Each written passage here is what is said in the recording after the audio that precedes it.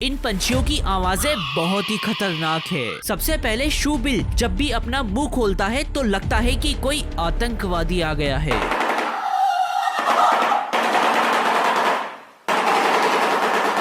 Next laughing Kookaburra. इसकी आवाज तो ऐसी है मानो कोई चुड़ैल हंस रही है।